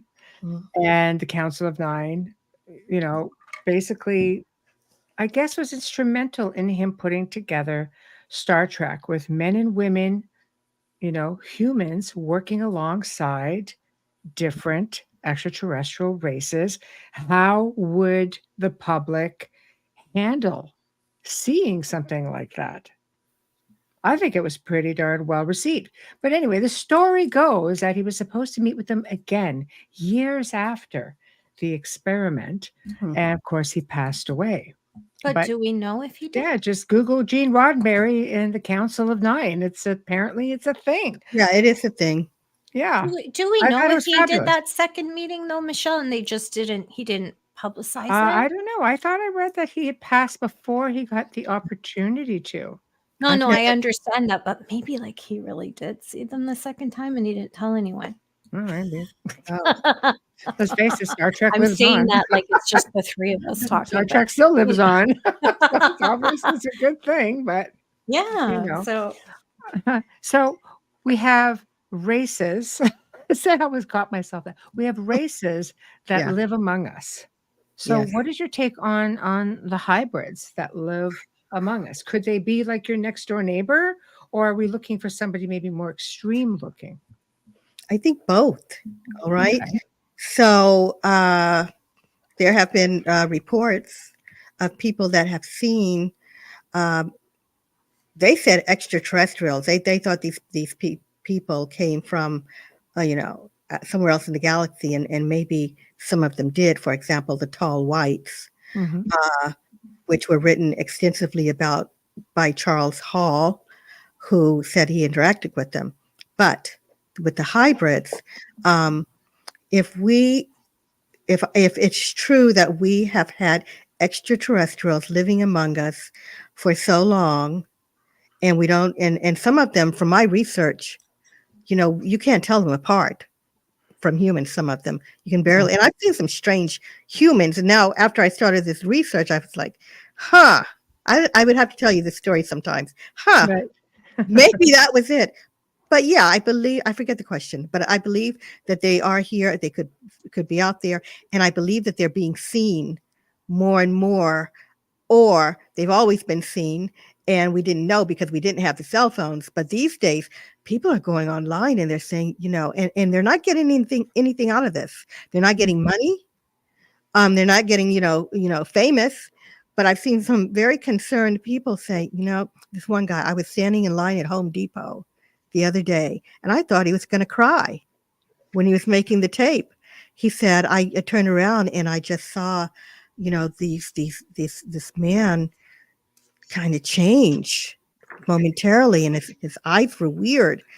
And the man recognized that the guy noticed. Oh, and no. He says, look, I don't want any trouble. Make a living here, just trying to make a living here, just like anyone else. And this guy was so shaken up. And I've seen a couple of those by different people from different areas of the world who saw something strange. So I forget your question, but I do believe that they're here. And I believe that they have to be quiet or they would be killed. All right.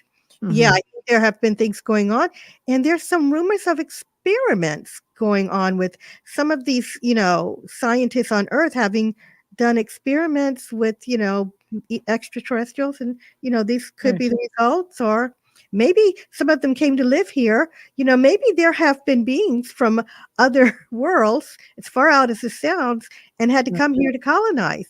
I'm telling you, this man named Charles Hall, he's written about it. He said he was working when he was in the military with extraterrestrials known as the tall whites, and Mhm. he talked about them, where they're living. Who knows if they had any interactions with humans, and can we mix breed and all that stuff? Who knows? So Mhm. I believe it could be a thing. Yeah. Mhm.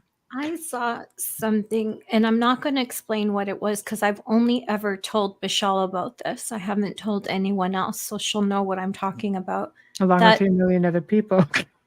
Hmm? Go ahead, Bubbles, say No, it. I'm not. I've never talked about this. I'm not No, I going know. to share what I saw. Oh, I see, I'm okay. just going to tell you that it was a being, and I told Michelle about this because it threw me off, and it's the reason why I did a double take. But as soon as we locked eyes, then it was gone. How'd it look? Female.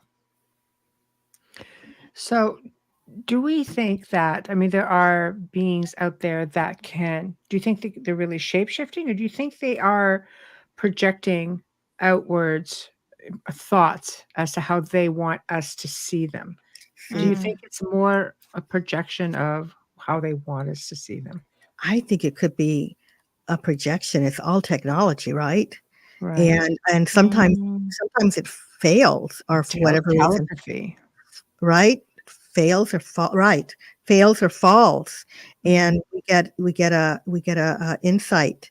Mhm. Remember that story not too long ago of the woman on the airplane with That's what we're talking about, yeah. she was just freaking out, and then supposedly she came forward and said, "Oh, I was having an anxiety attack and all this stuff." And I'm like, "Yeah, I don't think so." But then recently, gosh, just a few nights ago, I saw another film from that flight. Did you see it? It was a No. guy who was also upset, and this has come out. And so, apparently he saw something, and whoever this person was obviously was harmless, but they looked so different. They could have been a hybrid, Mhm. and they're living among us, and these people saw it and they freaked out. And it's not the first time this has happened. There Mhm. was another gentleman on a flight who I think he was Asian. I don't know if he was what Chinese, or I couldn't tell. I don't remember the story, or Taiwanese. I just don't know. But Yeah. anyway, he was speaking in a language I didn't understand, but someone was translating it, and he was saying that he had seen someone looked Mm. different, and Well, yeah. so much for the Roddenberry experiment. Apparently, we're not everybody does really well with this. Mm. No, I mean, Unless it looks, somebody looks like, you or me, or, I think that we need to talk about it because it's kept out of the mainstream media, but it's all over. It seems to be all over everywhere else. I can't believe some of the things I'm seeing. Sorry, I'm like sweating here. Yeah. Yeah. Right. So, what's your take on cryptids? Because if we're a seeded planet, which is one of the theories you talk about in your book, it's not limited to just humans. No. Okay, so there's a couple of things. I don't know if I talked about this before, earlier, because it's been a while, but I do believe that there are beings. Did I say this already? There are beings around us that we cannot see Yeah, no, in the physical. All yeah. right. Mhm. Our sights only go but so far, how far we can see in the physical body. So Right. there are beings around us, and sometimes we think they are ghosts. I was saying earlier to someone that I have felt someone sit on my bed. All Right. right. And I knew there was no one there, but everyone calls it a ghost. Everything's not a ghost. We just can't Right. see everything and everyone around us. I believe Earth is full of life that we cannot see. I believe that the galaxy is full of life that Right. we are not allowed to see until the time comes for Mhm. that massive first contact or massive disclosure. I believe some of that's kept from us. But as far as the cryptids, yes, I believe that there are beings that have been living alongside of us, probably beneath the earth, most likely beneath the earth, that are now coming forward, and we're seeing them. There's these, I'm not a real cryptid person as far as research, Right. but something freaked me out so bad that I started looking into it more. It's not that I didn't know they were out there. I just didn't have a lot of information. So I keep seeing these pale white beings in videos. All right. You know how you can't get a good video of Bigfoot? Right. Well, we've got videos of these pale white creatures. All right. These things crawl around on their knees. They look humanoid. No, I shouldn't say humanoid. They have legs, arms, and a head. Really long limbs, though, aren't they? Long limbs, and they crawl and they move really fast. And I've heard, like, the first time I saw it, I was watching something on Facebook, and it was several stories at one time. And I saw this thing in the dark bushes, someone in their car had purposely sat there. It looked like they were waiting for this thing to come out, and it started coming across out of the bushes, dirt in a wooded area, and dirt and everything. And I thought, if this is a hoax, I just can't imagine that someone's dressed up in white crawling through bushes for this extensive a hoax. And then someone writes, oh yeah, those things live in caves. And I say, wait, what? And so, long story short, they're called pale crawlers. All right. I've heard about the crawlers. Yeah. And I've seen several videos, and I think I have put some aside because I thought about writing a book on them. So one guy, after my research and looking into these things, I just couldn't believe it. But they're very frail, and they're harmless. Right. Yeah, but this one guy, creepy, right? Sorry, They look scary, like right now. Yeah. So this one guy. But, this has been a while now since I researched it. So I knew what he saw, but he didn't know what he saw. So there was this one guy with a video, and he says, I see an alien on my roof. There's an alien on my roof. And I'm like, an alien on his roof? And then he put the camera on it. And it was one of those same things. And the thing was on his roof. And it was looking down at the camera. It was like, whoa, whoops. And he went crawling onto the other side of the roof and down. He says, I just filmed an alien. I'm thinking to myself, yeah, well, I mean, they are around. Those are not, and people are reporting seeing them. One lady reported seeing in a parking lot. One person saw it scaling a wall who's in Louisiana? I don't want to scare you all. One of you is in Louisiana, right? Yeah, Joe. Yeah, the show. Yeah, Joe is, yes. Yeah. So, and they're being seen more and more, and I've seen more people with video. They're out there. I think they've been there the whole time. They have these sort of almost like the faces are very like sunken in a little bit. Do you know, I saw someone captured a photograph in a cave. So when you say they're found in caves, and they had something that resembled what you're describing, because they had part of the hand out, and they were just like this, and they had that face all like chalk white with this like sunken in features, and all you can see is part of this long limb. So that's kind of wiggy. Yeah, but we leave the cave. It's more wiggy. Right? So yeah, someone said don't go in caves by yourself. But caves, though. Where they come from? All right, someone dropping things off, cryptids off here on Earth? I think you should go in a cave by yourself and leave your partner outside in case you get stuck. Somebody's got to be able to come back and get you. But yeah, exactly. But Claudette makes a good point with the skinwalkers. Do you think they could be skinwalkers? Yeah, because they're kind of wonky looking like that. Like Wendigos and stuff are wonky. Skinwalkers only one kind of look, or do they have a different appearance depending where they're coming from or what lore they're is being told? Different people had different descriptions. I think maybe it's perception. I don't know. Is it? Yeah, I don't know much about them. Yeah, I don't either, to be honest. Either way, stay in the damn cave.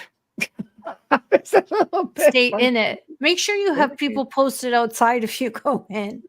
Well, it doesn't matter. Even if there's 10 of you inside, make sure there's 10 outside, because in numbers. Yes. Yes. I don't know. I don't know.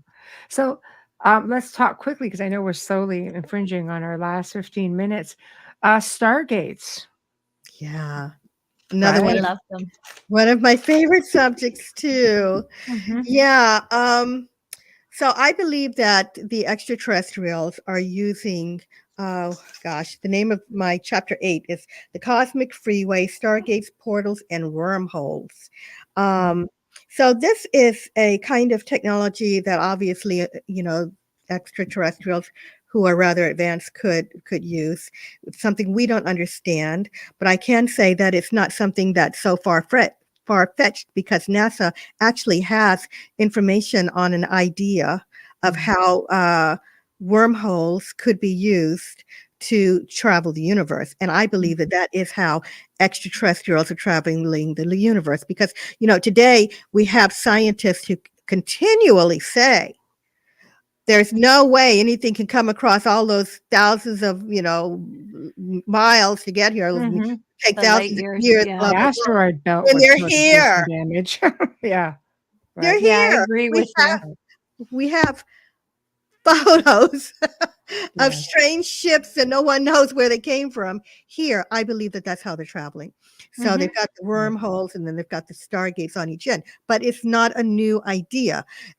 Going back to ancient times, the ancients talked about the gods.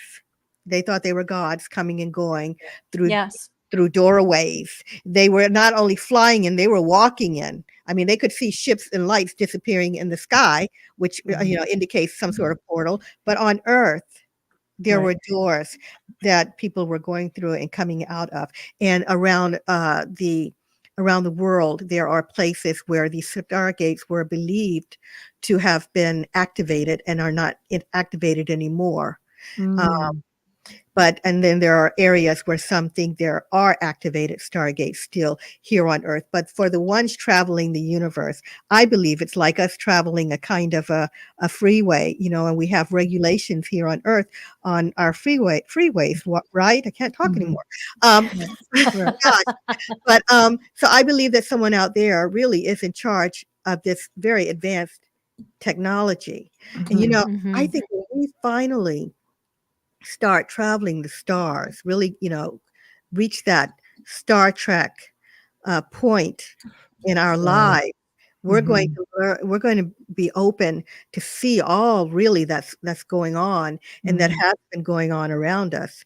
I know people think it sounds like fantasy, but I No, because some people can do it just through astral projection. Just through having out of body experiences, they can see things like that. Remote viewers can see things like that. That's right.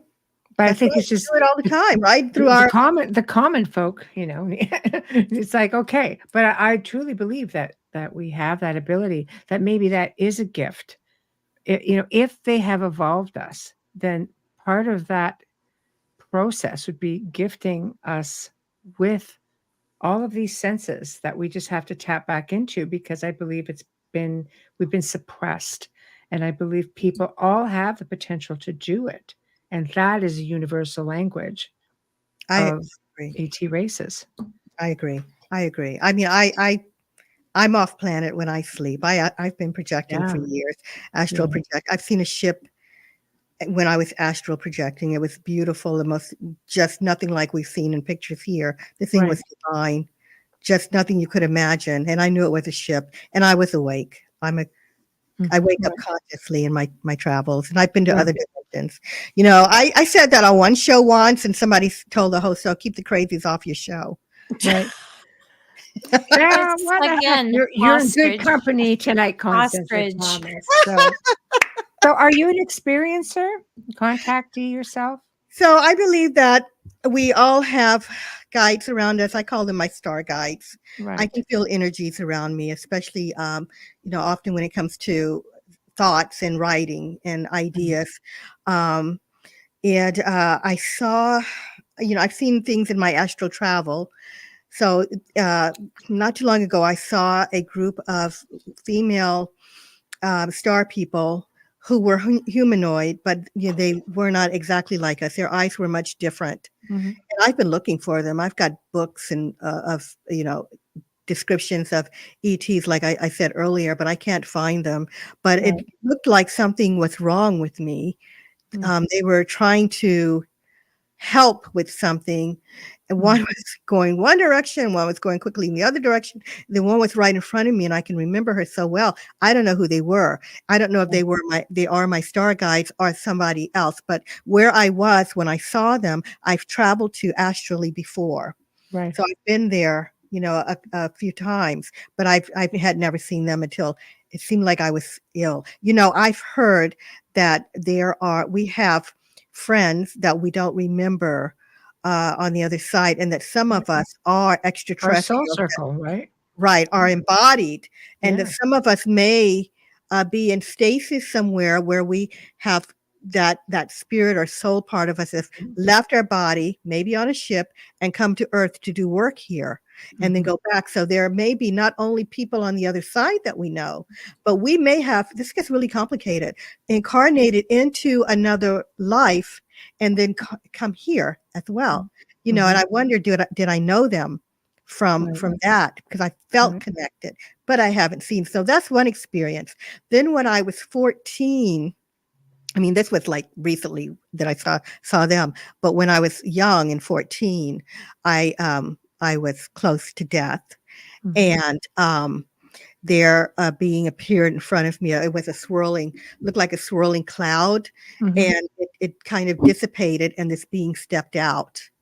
And he was beckoning me to come. Some people think it was an angel. I don't think it was an angel, and I've studied angels. I always felt it was someone else, but I didn't know who or what. Right. Now I'm wondering if it was an ET, because I do know you can see extraterrestrials in near-death experiences. So, but to answer your question, I have not had gray aliens in my bedroom. No, but being an experiencer of because I've had an experiencer, but not just grays. Okay. No, So, it doesn't have to be, yeah. but people will Oh say. no, that's what I mean. Like, yeah. I mean, I believe that there are so many races here that are trying to reach out, and I think if you're receptive, it can definitely happen. But we're already there. I mean, I can't believe the time has just like whizzed right by as always, and it was so nice to have you here. So much fun. But Thank nice to you. spend the evening with you and listen to all of your incredible research in the Thank you so books. much. Thank you. Right. I'm going to put your website back up here. Where can people find your books, Constance? Amazon. That's the Okay. easiest way for people to go. But if you, for whatever reason, can't go there, it's under Adventures Unlimited Press. That's my publishing company. And you can also just Google it. Pops up on so many bookstores. Just Google the book. You can get it. That's Yeah. what you're looking for right here. And what do you have coming up? Promote. Oh gosh. I'm trying to get a YouTube channel up, so look for that. I'm on Instagram. I'm trying to get that more stuff up on there. I am on Facebook. You can look me up, Constance Victoria Briggs there. Right. Promoting, I don't have any new books coming out yet. So that's it for now. Right. There's Oh, still so much to talk about. That is really fascinating. Thank you Yeah. so much. Oh, thanks for having me. I love coming on your show, ladies. I really do. So you much just have to keep us in mind, because I noticed you have other books. Dun, dun, dun. Yeah. The Unseen World might be a good one to talk about. Yes. Okay. I say let's do it. Yeah. Okay. All right. No arm twisting with that one. So, everybody, okay, we're going to bring Constance back. Yes, show of hands. Yes. Okay, good. Thank you, ladies. We adore you. Thank you. Me to you. And I All will be right. in touch with links and so on, and we will schedule a date. Yep, I would love it. All right. Okay. Thanks, lady. Bye. Bye. Bye-bye. Well, everyone, we have come to the end of a fantastic segment. Wasn't it great? Isn't she Oh my wonderful? gosh. Yes. We always have so much fun with her. So big thank you to Constance Victoria Briggs for coming on and talking to us about her book. Again, for those who are listening and not watching, Earth's Galactic History and Its Extraterrestrial Connection, which can be found on Amazon. and Google it. Check out her website. Hint, hint, she'd make a great guest if anybody's considering and looking. So now, Wednesday night, we welcome back Mark DeWoodziak, and this guy's great. He's a hoot. He's been on 2 or 3 times, and he's just so much fun and so knowledgeable. You just have to check out his archives. You have a week to do it. Anyway, this time he's coming on to discuss his book, Everything I Need to Know I Learned in the Twilight Zone. It's his lighthearted 2017 tribute to Rod Serling's classic anthology series. Now, what's interesting about the Twilight Zone is there's a lot of like little mysteries about it. So, I'm gonna have to do a little bit of digging as well, so we can just really get some answers, but especially with the movie, one of the last movies. So go in, have a look, put your questions together, and we'll meet next Wednesday night. And Thursday night we welcome back, after a really long hiatus, like 2021, I believe Amelia was saying tonight, Dr. Rita Louise, and she's got a book on awareness. And it's brand new, and she's really delightful. She's just also really, really knowledgeable. So come on out and check her out. You guys are going to love her as much as we do. In fact, we love her so much, we have several dates booked with her right up until the end of the year. Just saying. So have a fantastic weekend, everyone. Thank you to everybody in chat. Yeah. You all make it that much more fun. We do try to get to the comments, but we have like 7 chat rooms. Roku doesn't have one. But for those of you guys who have Roku TV, the archive will end up there as well, and you get to watch there, but you don't get to participate. So anyway, guys, have a great weekend. We'll see you next week. Good night.